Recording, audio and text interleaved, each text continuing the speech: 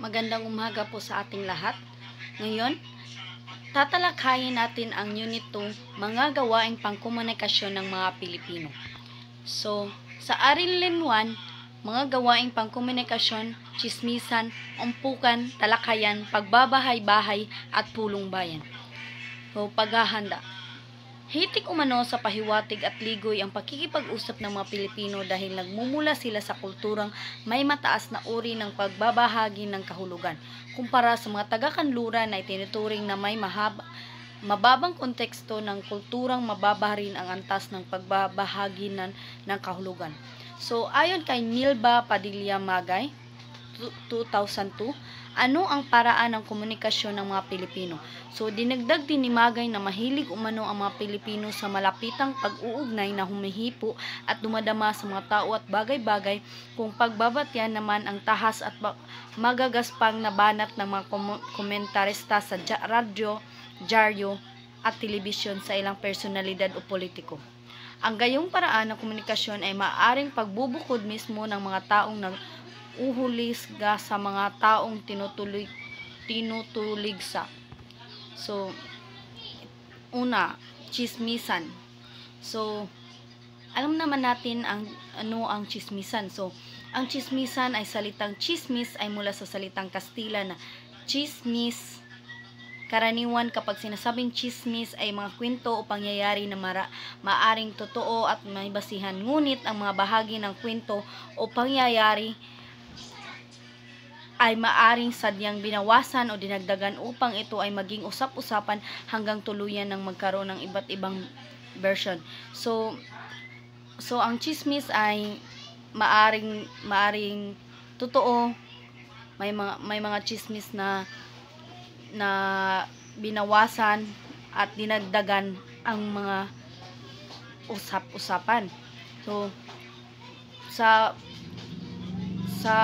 hanggang tuluyan ng magkaroon ng iba't ibang version ang mga chismis ng mga kung ano ang pinagchichismisan nila.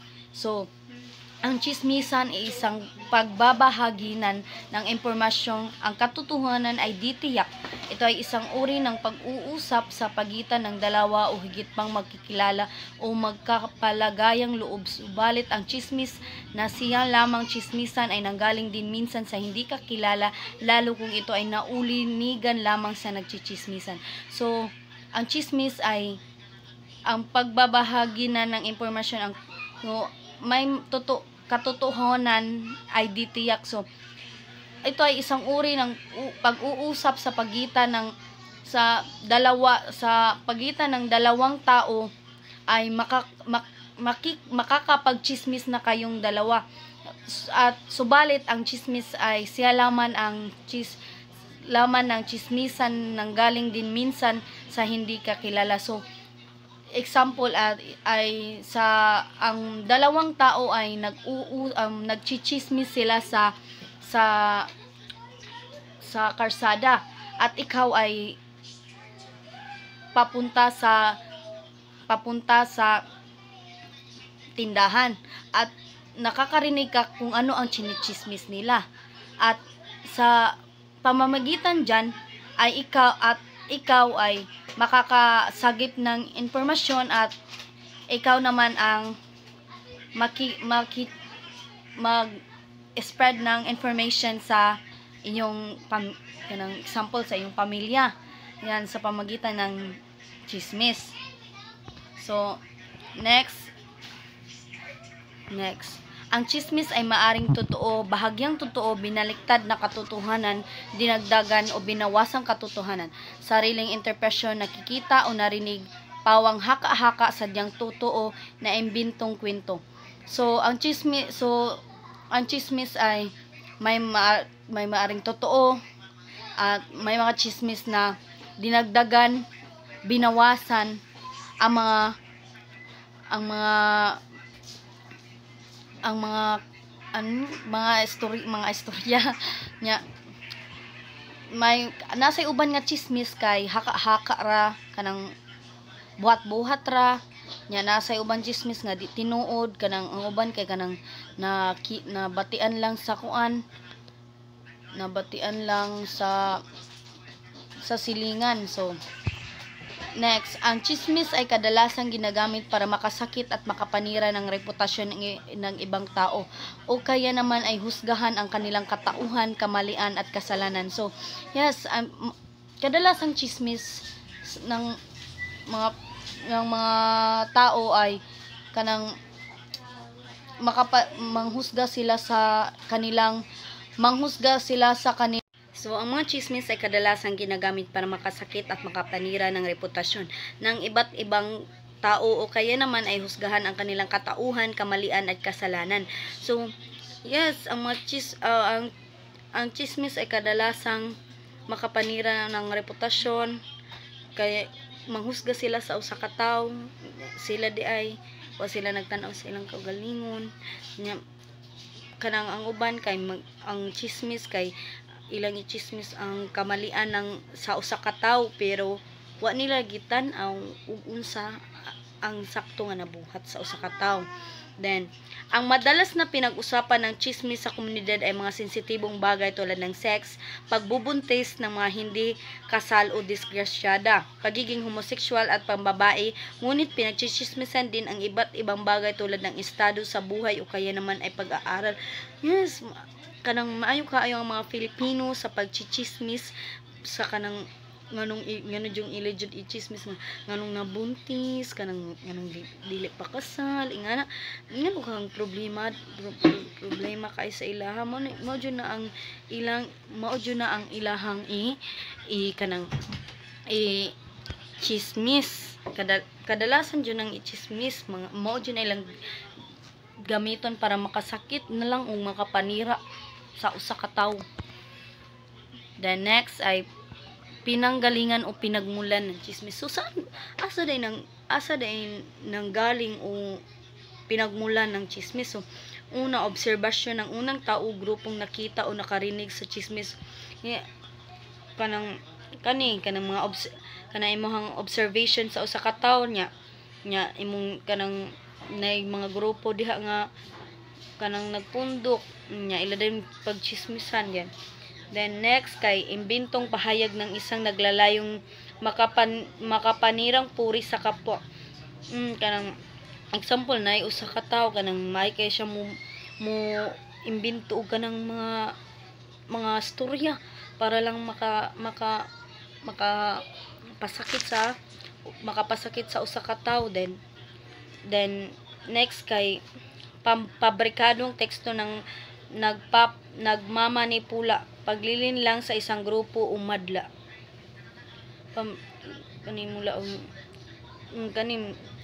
Usain diri sad magsugod ang chismis sa mga pabrikadong teksto ng pamanimula. Ang mali sa pagiging chismosa ng mga Pinoy ay ang pagchichismis hango sa inggit na maaring nagmula sa kakitiran at isip natin. Ang pagchichismis ay naging pasimpleng paraan na upang mapanakit sa kapwa at mga kaaway. Ang nakasiupsad sa pakichismis kay sa mga Pinoy kay kanang ang una ang uban jud kay la chismisan na kanang inggit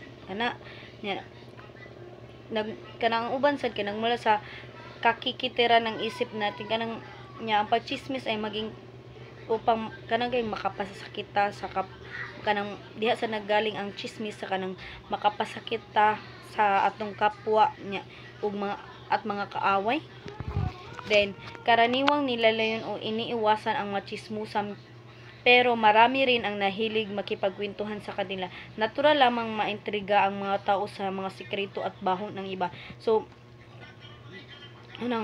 ang uban kay kanang iniiwasan ang mga chismusa pero daghan sad ang mahilig nga muapil sad og bundok sa mga chismusa kay kanang natural naman daw nga makipag-intriga ang mga tao sa mga sikreto at bahon ng iba. Next, mahalaga ba ang chismisan? Yes, mahalaga ang chismisan. Dahil sa pagchismis ay makakuha tayo ng impormasyon galing sa sa tao, sa tao, sa tao, sa tao. Diyan tayo makakuha ng impormasyon. Then, tinutulungan tayo nito sa pamagitan ng pagpaalam sa atin ng matutunan ang mahalagang impormasyon ang hindi na kailangang makipag-usap ng bawat membro ng grupo. Yes. Sa pagchichismis ay panang gitabangan ta sa pamagitan ng pagpapaalam sa ating matutunan ang mahalagang impormasyon. Ang chismis ay tinutukoy bilang pinag-uusapan at sinusuri ang isang tao kapag hindi sila naroroon. Ngunit maaari namang gamitin ang chismis upang malaman ang tungkol sa mga alintuntunin at pag-ugali sa mga grupo ng panlipunan at maging mas malapit sa bawat isa. Ang chismis naman ay tinutukoy bilang pinag-uusapan sa isang grupo kanang dili man jud mahimo nga walay giistoryahan ang kanang grupo kanang mao nang maka diha sa ilaha mahalaga ang chismis kay kanang laay makuno kayo og walay kanang halimbawa ng isang chismis. So isinawalat ni Christopher Min na hindi lang umano isang beses naging third party ang Asia's songbird na si Regine Velasquez. So sa pamamagitan ng social media o sa news online, si Regine Velasquez ay na chismisan dahil sa kanyang pagiging third party. So sa pamamagitan ng pag-post sa social media, nakakasagap tayo ng impormasyon sa pagitan ng news online kung ano ang katotohanan na si Regine Velasquez ba ay naging third party. Next, chismis versus katotohanan. So malungkot man sabihin, ngunit mas pinipili ng mga Pilipino ang chismis kaysa katotohanan. Kahit na may mga magilan na hindi naniwala sa mga chismis na narinig nila, marami pa rin ang naniwala sa mga alternative facts. Kakaunti lamang ang mga tao na nagtanong ng totoong nangyari sa taong pinag-uusapan, at mas kakaunti pa ang mga tao na sumusubok na tingnan kung tama ang impormasyon na kanilang nasagap. So ang mga Pilipino ay kanang mas mupili jud sila nga sa kanang sakto ang kanang ilang mga batian nga chismis lang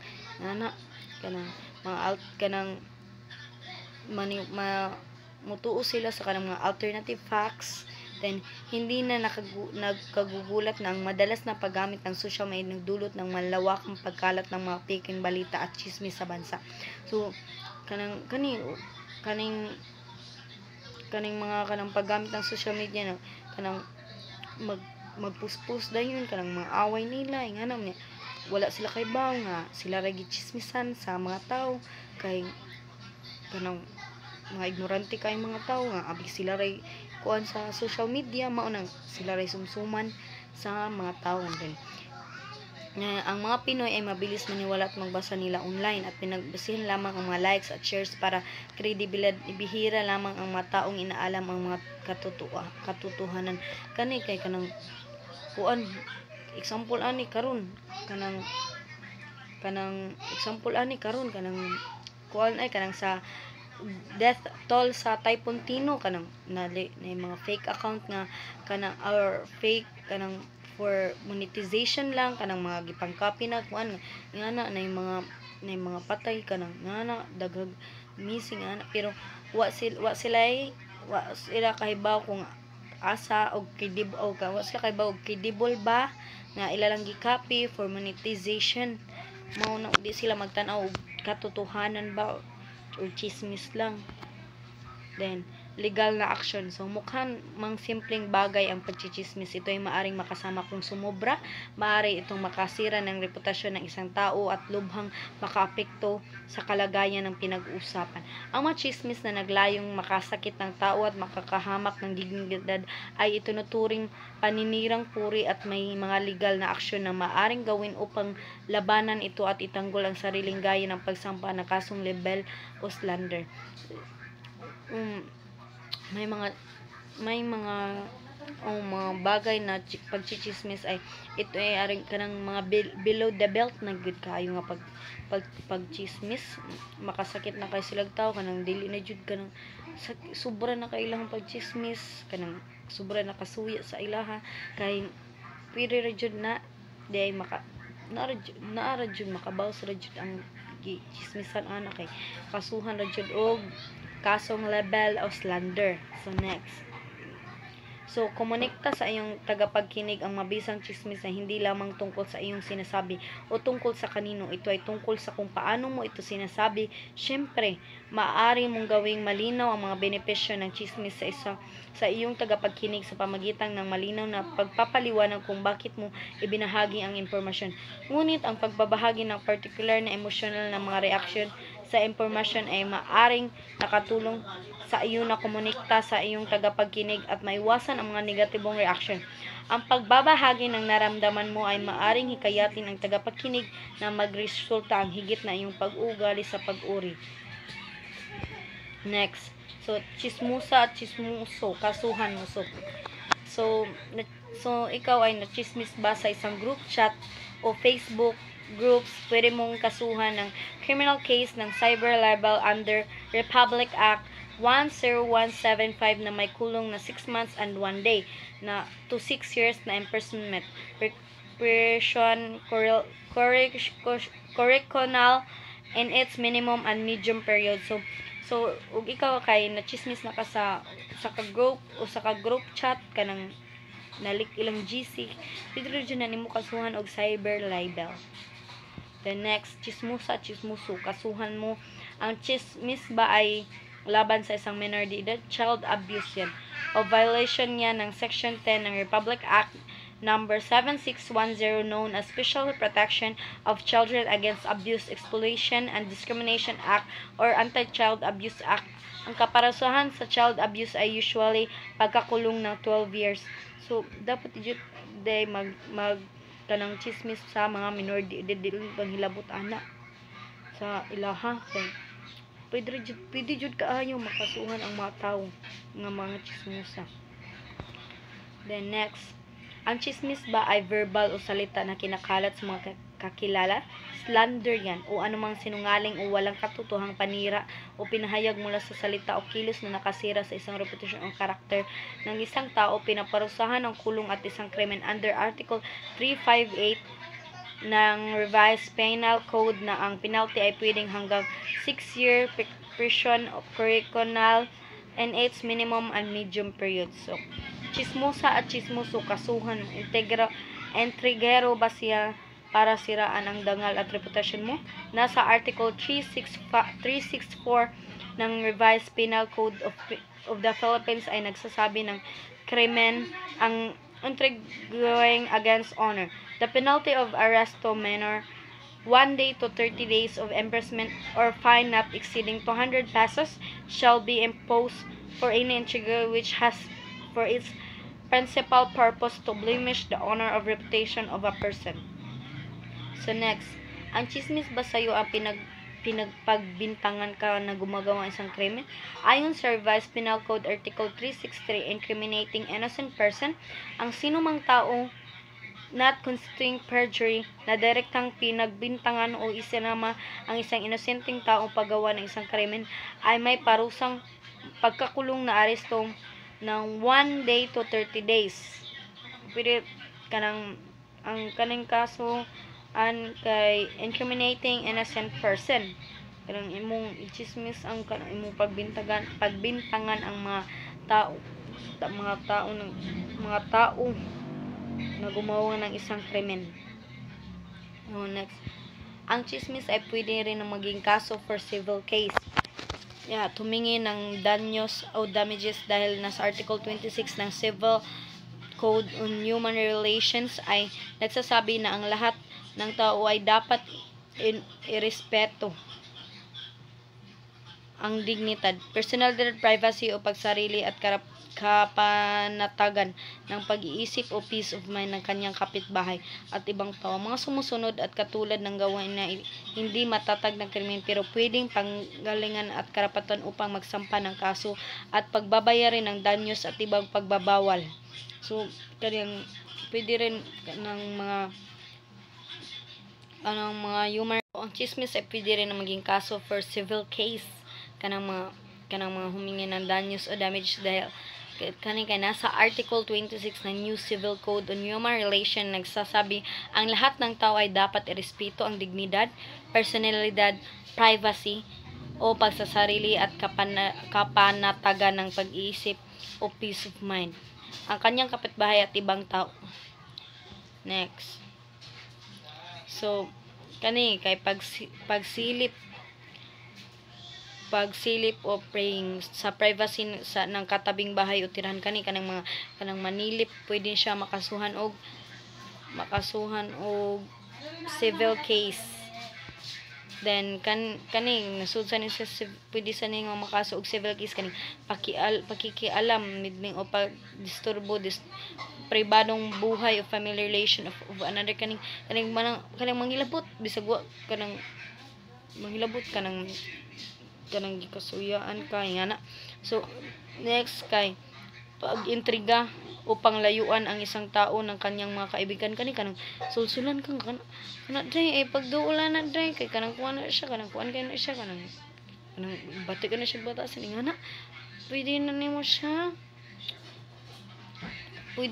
siya kasuhan og civil case. Then pag bubweset o pagpahamak ng pangalipusta ng isang tao dahil sa kanyang religious beliefs, estado sa buhay, lugar ng kapanganakan, physical defect or other personal condition. Kanang kuanan ay kanang i-chismis imong unsa imong beliefs, unsa imong kanang gituuhan kanang imong personal condition kanang hilabtan ka kanang pagchismisan ka sa kagrupo yan pwede nimo kasuhan og civil case. Then chismosa ba ka trabaho mo? Usually na sa mga company policy na bawal ang gossiping o interviewing against the owner of a co-worker. Pwede ito bumagsak sa serious misconduct or willful disobedience by the employee of the lawful orders of his employer or representative in connection with his work under Article 282 of the Labor Code at kasuhan siya ng kasong administratibo. Dapat sa usaday ka kanang sa katrabaho dapat focus ra jud sa trabaho dili kay makikipagchismis ka sa iyong katrabaho dahil pwede kang kasuhan ng kasong administratibo. Next.